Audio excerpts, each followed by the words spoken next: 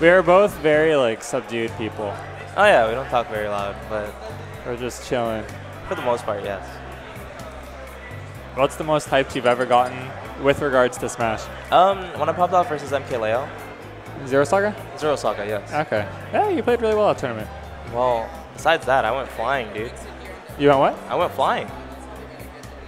Flying where? Off my chair. Oh, I don't remember that. Oh, I see. I just remember the set itself. Okay. Okay. Ooh, Candy versus Jovanni. Jovanni is, I think, rank 1 at UCI. He's a Bayo. Really? Yeah. Okay, so Korean's been telling me a lot about these UCI Bayos. Yeah.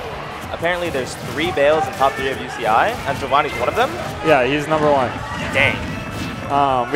We were doing this giant betting pool for the top, who'd win the whole tournament, and I was very surprised no one picks like a up-and-coming Bayo, because I felt like Bayo was going to be an obvious pick. Well, the thing is, even in SoCal, in terms of up-and-coming or not up-and-coming, Bayos aren't really prevalent in the scene of SoCal. Yeah. That's true, but at the same time, it's UCI, like, they don't go to a lot besides their own tournaments, you know? Okay. So I thought maybe no one really knew too much about Jovanni, but from everything I've heard, he's pretty good. Well, that's the point of this tournament. Yeah. It's breakthrough, baby. And this is Jovanni's breakthrough as he goes up against Candy in winners quarterfinals. He's doing all right now. Got 74%, only 57 on his own, so it's pretty even, but I like what I've been seeing so far. The really scary thing about Oh, are you dead? You are dead. The scary thing about this is Bayo just had so much more opportunities to kill Fox at the percents they were at. Yeah. Oh, is that a kill? Yeah, Fox does not really have kill pressure until you get her up into like these 80, 90%. And he can look for something, but when Bayo... Oh, never mind. He looked immediately for something as you said that. Got the wall up smash punish on the side B. Very well played from Candy. Yeah, caught the heel side. I think when you have a stock lead as Bayo against a character like Fox, you don't really need to look for those as a general statement, but I think he just wants to kill him, dude. I mean, he doesn't have a stock lead anymore, so it seems like that's the play. Yeah. Oh, all right. Decent damage. Could have been a little bit more, but still pretty good. Well, the scary thing about this scenario, because they're playing on Town and City, Witch Time becomes that much stronger of an option. Oh, yeah. Yeah, it probably kills right now. Just yes, especially right now. Oh, is it still going? Is that it? Oh, the balloon saved him. Excellent balloon play. Another outplay from Candy. So it's going to be really difficult for Candy to bring this back, mainly because if he swings at the wrong moment, he loses the game. Yeah, it's over.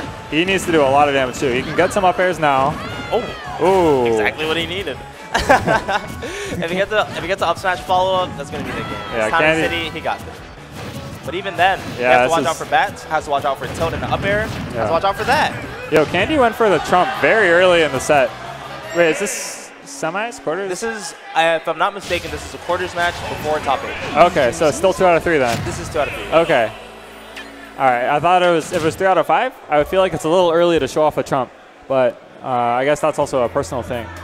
Well, if you show off a trump early and you just get them scared of it, Fox can cover every other option just so well that I feel like going for the trump early could be worth it. However, it seems like there were other things that he had to worry about. Yeah. All right, well, solid opening game for Jovanni. We'll see where we end up going. I feel like Town and City is generally considered a pretty good Bayo stage. Also a good Fox stage, of course. Yes. But Bayo in particular, man, the platforms are at like really high heights, so it's hard to really attack her when she chooses to land and do mix-ups. Yes. The thing with Fox, though, he can actually pressure Bayo when she's trying to platform down. All right, well, we're going The scariest thing about pressuring while platform camming, of course, being either Witch Time or getting caught by like a straight up B. But I feel like Fox can actually catch Bayo, where his super hard part of the matchup is off stage. Oh yeah, he's a body bag there. I actually have a lot of respect for Fox players. I could never play Fox myself because I never want to be that vulnerable when doing anything in my life. But when you're recovering with Fox, like it's like the Bayo's game to lose at that point. But the difference is when you're hitting people. Oh yeah. When you get the hits with Fox, I feel like no other character can match the amount of pressure he can output. Yeah, he puts like 80 damage in like a couple seconds. Yes. And you don't really feel like you could have done anything once you're in it. That's one of the reasons why Bayo does really well against Fox, though. While she's in it, she still has the options to throw out a reversal. She has the bats. Yeah. She has the specials. It's really good for Bayo, specifically in this matchup. Cool. That's good SDI from Candy, or just DI in general, I guess. Dropping too low off the side B, so no other follow-up. Ooh, nice walk. Just sneaks up and grabs him. I feel like one of the things that Battlefield, as Candy's counterpick, has been giving him, he has a lot of space to simply run away from Bayonetta. Yeah. And just being able to get away from Bayonetta's immediate zone-breaking tools has been helping him a lot. He hasn't been taking massive damage yet. He's not too much at threat of dying. He's had stage control for at least the past 30 seconds. Yeah, he's been holding it very well. He's just waiting, getting the grabs too. He knows he doesn't need the up smash until he really knows he has it. Yes. Just wait and punish, but Jovanni has found his way in. Candy's very, like, SDIing very well on these first up Bs. Oh, but is it going to matter? He's going to make it back. Yes, he does. Oh, and the up smash coming through from Candy. That was really good. He knew the moment he went for the up B edge guard, Jovanni basically needed to go straight to the edge there. Otherwise he was going to die. Another thing, Fox has the speed and he has the hard punish tool to make sure Bails regret using their specials. Yeah, you have to reset to the edge every time, essentially. Ooh. That was really, really slick. That was clean. Yeah. Yo, Candy's trying to show way more dominance than the first. It's a bit of a runaway at this point, honestly. This goes on to the fact that Battlefield isn't letting Bayo like land on top of him. He's playing a much more horizontal neutral. You see, Jovanni, he's mostly been restricted to just doing short hop back airs, hoping one hits. Yes. That's other than the one grab that he got. That's basically all he's really been able to go for. And Candy his edge guard or his recovery has been uncontested essentially. Air dodges again, recovers again, nothing happens. It's like how we talked about like Fox is a sandbag off stage. Yeah. And Jovanni's making sure that Fox is definitely a character off stage. Yeah, I think I would maybe retire the bullets for a little bit and just go off and see what you can get. The thing is, the bullets are good to force a low recovery, but it depends maybe what not you do fire them that. after every time. Just cancel it and then go off. Or like right here, which time? Okay. Oh. That might have been a jump cancel up smash, but even then, the grab union stage control is a great option. Yeah. Yeah, Candy's just looking for something he can kill with, and there's no need for him to do anything at this point. Yes. So it's a huge uphill battle for Jovanni. Of course, once Jovanni gets the stock, then it's the even match again. is way different. Yes. But until that happens, Candy exerting so much dominance. Another call out from Candy, just right on the regular get up. Ooh, missed times the next one, but back throw not going to do it. If I saw Bayonetta's back throw kill, I don't know what I would have done. The throw no one talks about. Does down throw kill right now? I think so, yes. Yeah. Ooh, just runs up and gets him. Now at this point, I feel like Jovanni's playing too grounded. He's been getting grabbed left and right. Yeah, it's very scary to do a whole lot else against Fox. You don't want to kill yourself, but I think he wants the back air, he wants a grab, but I feel like at that point you're playing a little linearly, but he does get it. Yes. And now Candy needs to be careful. Now the scary thing is, so let's see, Candy can get gimped, yeah. Candy can get killed off the top, but something that Candy really has the option to do right now is just play the clock. Yeah. Look at how much time is left. Have you noticed? You're right.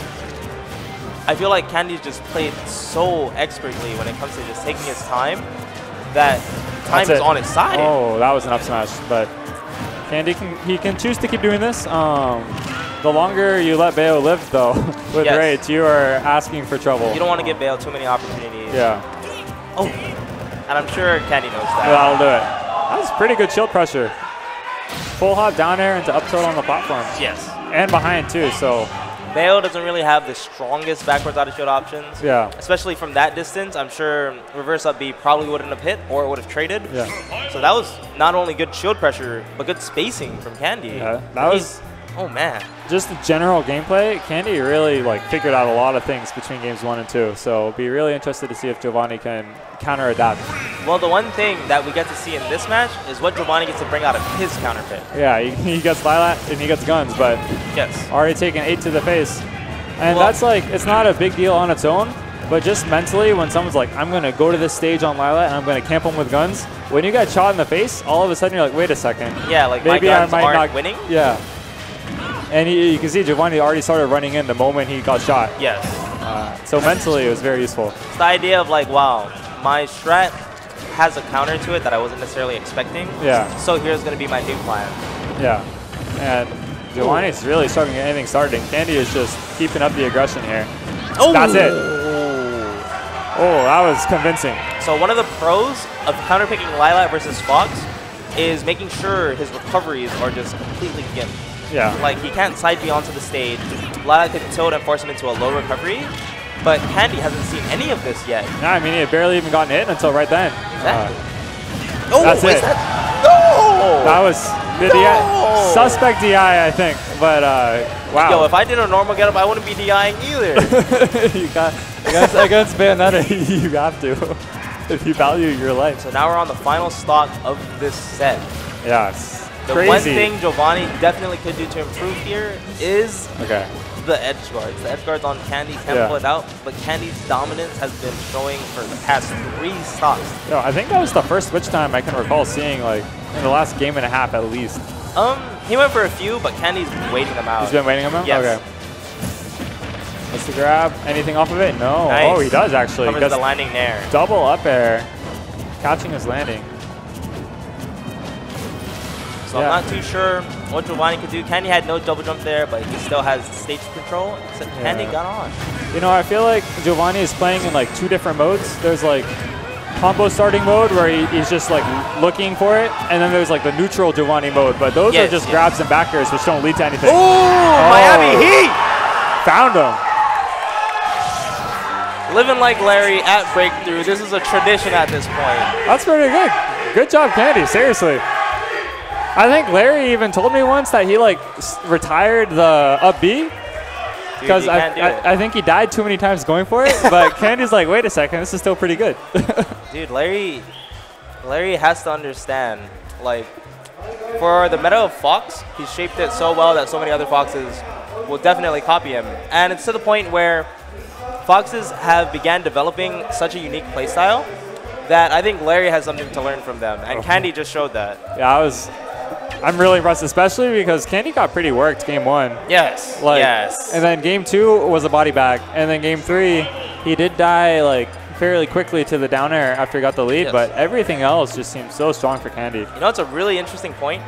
In game 3, Candy was maybe, let's say, 3 frames from losing. He did a ledge drop, double jump down air, and Jovanni witch timed. Yeah. But because barely the witch time wasn't active yet, the witch time didn't end up securing the game for him. You know, that is actually something that Fox does have in the matchup is when people think about dealing with witch